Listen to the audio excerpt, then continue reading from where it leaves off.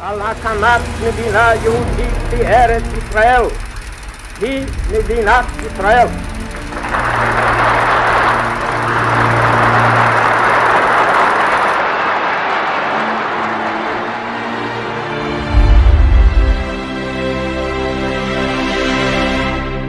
מדינת היהודים, הסיפור האמיתי מהקמתה ועד היום.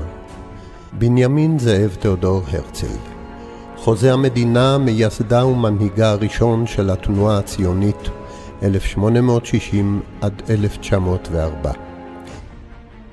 הרצל כותב ביומנו האישי בתאריך ה-24 בדצמבר 1896. מתוך כתבי הרצל, כרך ב', יומן א', עמוד 14. חפצתי לפתור את שאלת היהודים לכל הפחות באוסטריה, בעזרת הכנסייה הקתולית, ולהשיג על ידם רעיון אצל האפיפיור, על מנת להגיד לו, עזרו לנו מידי אנטישמים, ואני מחולל תנועה כבירה בין היהודים שיעברו לנצרות באופן גאה וחופשי. חופשי וגאה במובן זה שמנהיגי התנועה, בפרט אני, נשאר יהודים, ובתור יהודים נטיף ללא בושת פנים כמו שעשו היהודים עד אז, כי אם מתוך זקיפות קומה, ובפרט שהמנהיגים יישארו ביהדותם.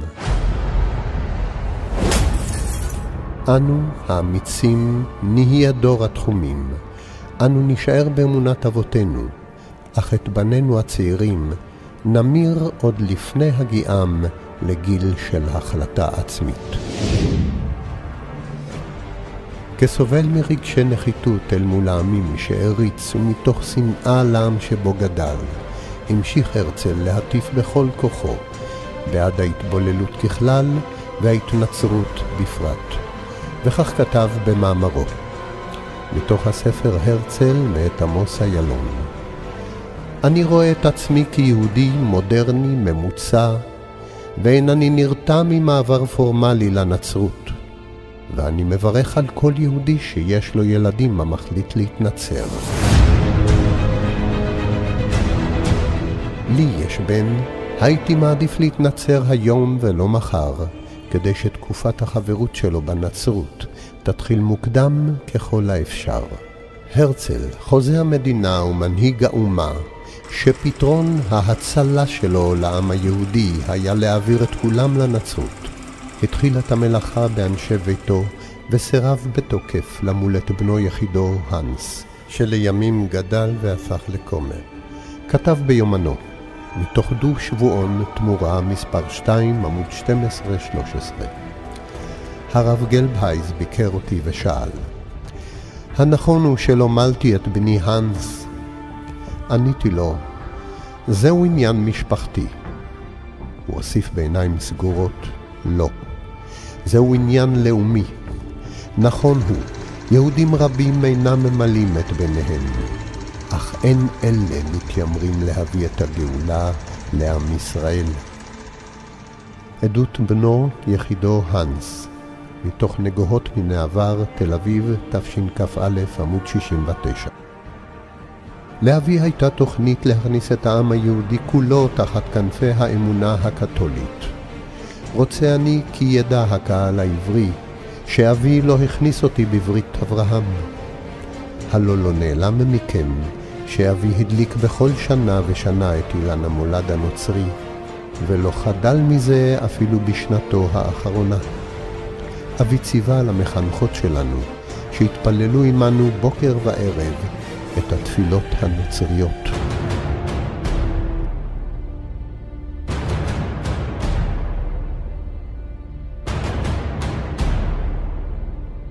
הרצל היה בז לכל מי שאינו היה נחשב בעיניו לתרבותי ונאור, כדוגמת המנהיגים הגויים שכה העריץ, עד שהגיע להפנים רעיונות אנטישמיים בליבו, וכן המשיך וכתב ביומנו, מתוך דו שבועון תמורה מספר 2 עמוד 12-13.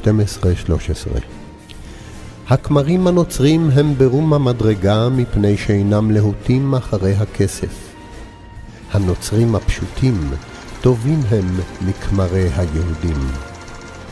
הרצל סיפק נימוקים ואף עודד את הרדיפות האנטישמיות, וכך כתב ביומנו: יומן א', עמוד 16. אכן, האנטישמיות היא כוח חזק ומושרש בתת ההכרה של ההמונים, לא תזיק ליהודים.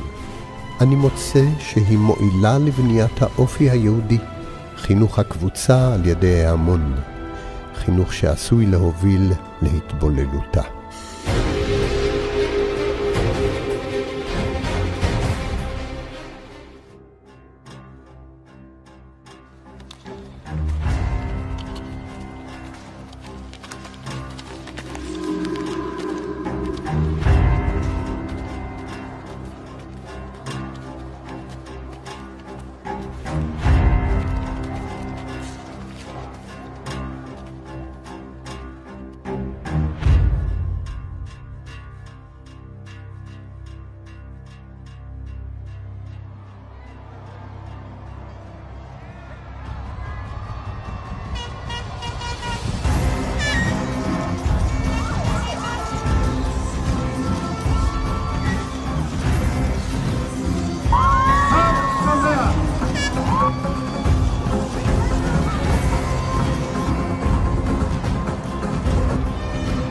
והיום אני בתור דוד המלך, באתי לתמוך במצעד הגאווה בירושלים. מקדש מקדשת אותך, אותך, בברית הזוגיות.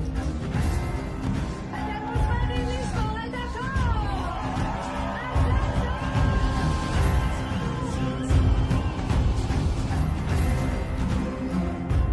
לפני כמעט 4 שנים, בתחילת 2016, נערך פה בכנסת בפעם הראשונה יום הזכויות לקהילה הגאה. הגיע הזמן שיהיה לנו על מה להשוויץ ובמה להתגאות, ושתאמר בראש גלי שחברי וחברות הקהילה שווים בפני החוק וראויים להיות שווים בני שווים במדינת ישראל.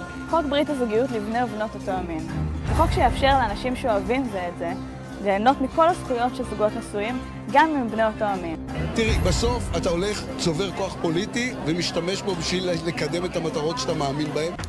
אלוהים שלי עלה לעשן באושוויץ. אלוהים שלי מת עם אבא שלי במחנה ריכוז. אבל זה עניין הפרטי ביותר שלי. וזה שאתה רפורמי ומאמין באלוהים, אני מכבד את זה. הגיע הזמן שהם יוכלו להתחתן.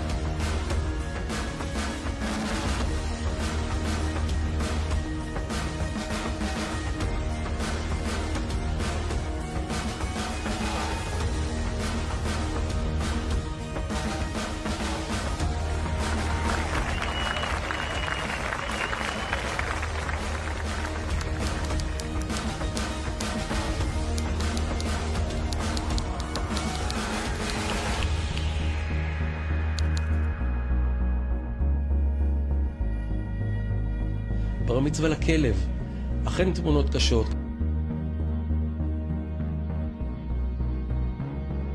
I perform bar mitzvahs because it's a blessing for the animals. בווידאו מיוחד שנערד לכבוד האירוע, הכלב אלוויס קורא מתוך התורה.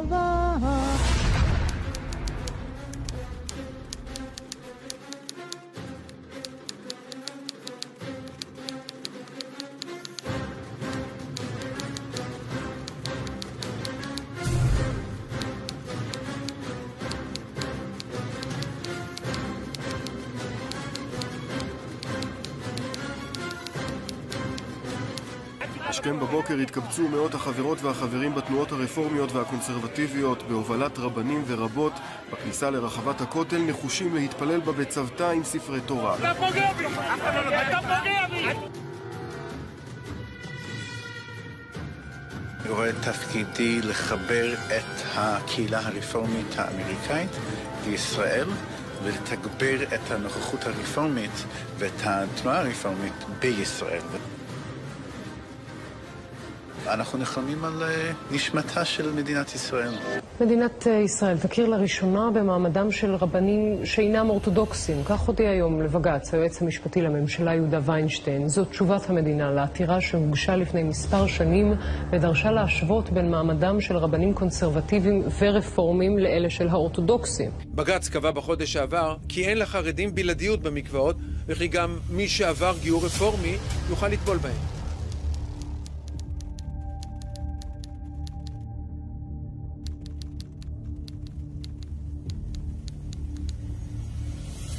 ואני מרגיש שיש אלוהים בשמיים והוא רואה אתכם, אז יש לו קצת שמחה בלב.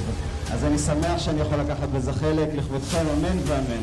ברוך אתה אדוני, הבורא יצוריו באין ספור פנים, אמן ואמן.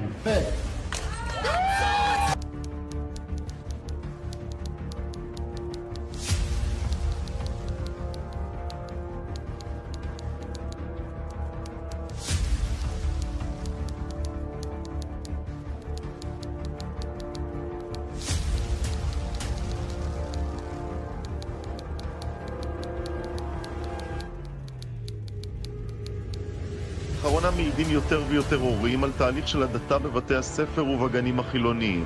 מסיבות סיום שבמרכזן בניית בית המקדש, תרפוד תוכנית הלימודים החילונית בתנ"ך.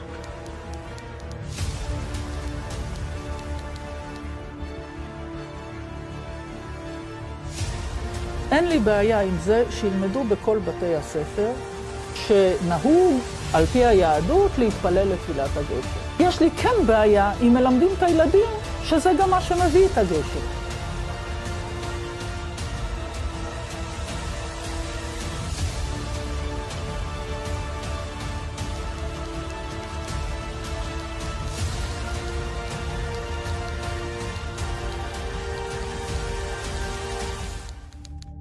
הורים רבים מהחינוך הממלכתי יוצאים נגד הסממנים הדתיים שתופסים יותר ויותר מקום בספרי הלימוד והשיעורים בבתי הספר. השיעור הראשון היה תפילת הדרך, ושאלות, מתי נושאים את התפילה, מהי המשמעות שלה, למה אומרים אותה.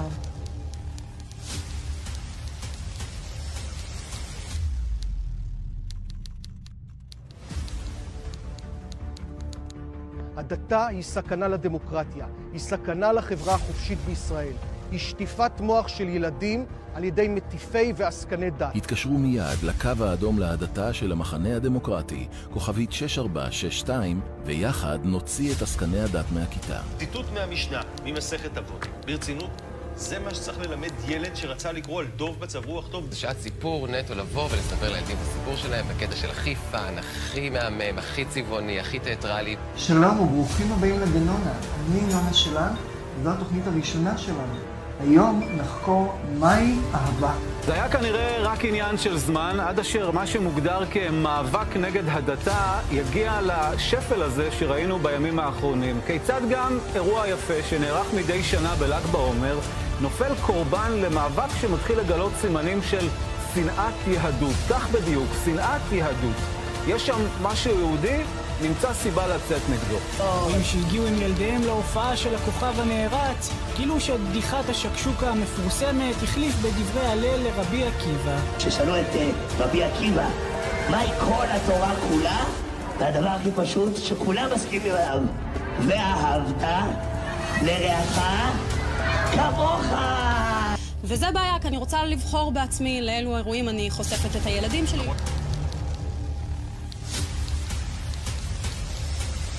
מה אנשים נוטלים במצעד הגאווה בדרך כלל? מאקסטזי, דרך נייס גאי, חגיגת, בעיקר סמים מעוררים, קטמין סמים אחרים שחלקם ממכרים, חלקם מאוד מסוכנים. אנחנו נערכים לקראת מצעד הגאווה, מה גם שבשנה שעברה הייתה פנייה מוגברת למיון שלנו. יש אנשים שמגיעים למצעד הגאווה ויוצאים בכל שנה עם נזק בלתי הפיך. שאנחנו יודעים שהורגים אנשים, מנת יתר יכולה לפגוע בשרירים, בכליות, בלב, במוח, ואנשים נפגעים ולפעמים נשארים בחיים.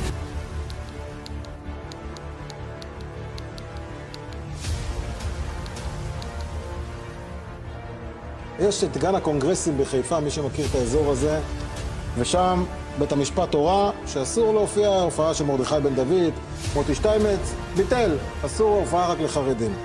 אבל מה קורה שם באזור הזה, במתחם הזה?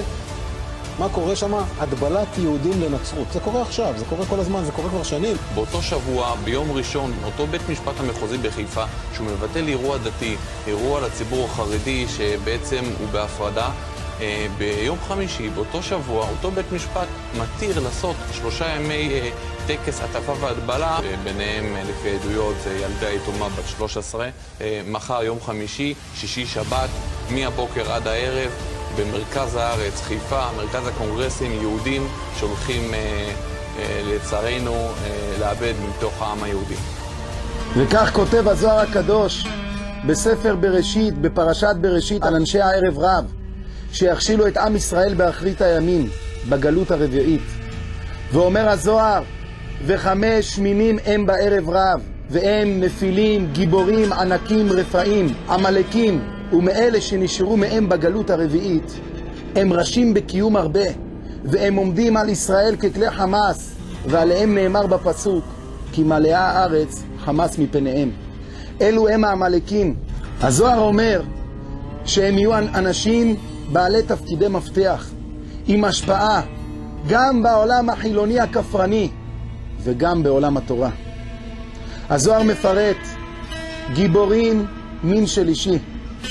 עליהם נאמר, המה גיבורים ואנשי השם, והם מצד של אלו שנאמר בהם, הווה נבנה לנו עיר ונעשה לנו שם, שבונים בתי כנסיות ומדרשיות, ושמים בהם ספרי תורה ועטרה על ראשם, ולא לשם השם, אלא לעשות להם שם בר מינן. זהו שכתוב, ונעשה לנו שם. באחרית הימים, אומר הזוהר, יהיו חלק מאנשי הערב רב, בני תורה, ראשי ישיבות. הם יפתחו מוסדות של תורה, אבל לא לשם שמיים, אלא למען הכבוד האישי, המעמד החברתי. כך כותב המרחו, תלמידו המובהק של הארי הקדוש בהקדמה לספרו עץ החיים. וכך מקובל מפי הבעל שם טוב הקדוש ותלמידיו הקדושים, כי קודם ביאת המשיח יהיו הרבה מהמנהיגים וראשי העדה אנשי הערב רב, ואינם נקראים רבנים, אלא רעבנים, שמביאים רע לעולם. ואמר הגאון הצדיק רבי משה שבב, זכר צדיק לברכה, המשגיח בישיבת גסטד, באחד השיחות שלו שמסר לתלמידיו, כוח הצניעות הנובע ממידת הבושה הוא אחד הדברים הדבויים עמוק בעם ישראל, ואומנם עד הדור האחרון היו ישראל מצוינים במידה זו, אלא שלדאבון לב התערבבו הערב רב בכלל ישראל ופגעו גם ביסודות הצניעות של העם. הם הכניסו חוצפה ועזות בתוך כלל ישראל. האמת היא שאי אפשר לקבוע מי שייך ומי לא. זה יהיה בעזרת השם יתברך התפקיד של מלך המשיח. אבל הזוהר נותן סימן ומסביר את ההבדל שבין אנשי הערב רב לעם ישראל, שבערב רב אין בהם מידת הרחמנות של אברהם אבינו, והם יכולים להיות בני תורה מכובדים כאילו צדיקים, אבל אין להם רחמנות על אחיהם היהודים. הם דורכים על כל מה שמפריע להם בדרך כדי להגיע למטרה, לעשות לנו שם בר מינן. מה שבטוח, עם ישראל כולם צדיקים. הערב רב זה רק אחוז קטן מאוד ששולט ומשפיע עלינו לרעה, כמו בחטא העגל. הם היו בקושי על פית האחוז. הבעיה היא שהעם נגרר אחריהם כמו עדר, ולכן נהרגו כל כך הרבה מעם ישראל בחטא העגל, מכיוון ששתקו. ברגע שאתה שותק ולא מוחה, אתה שותף לעבירה.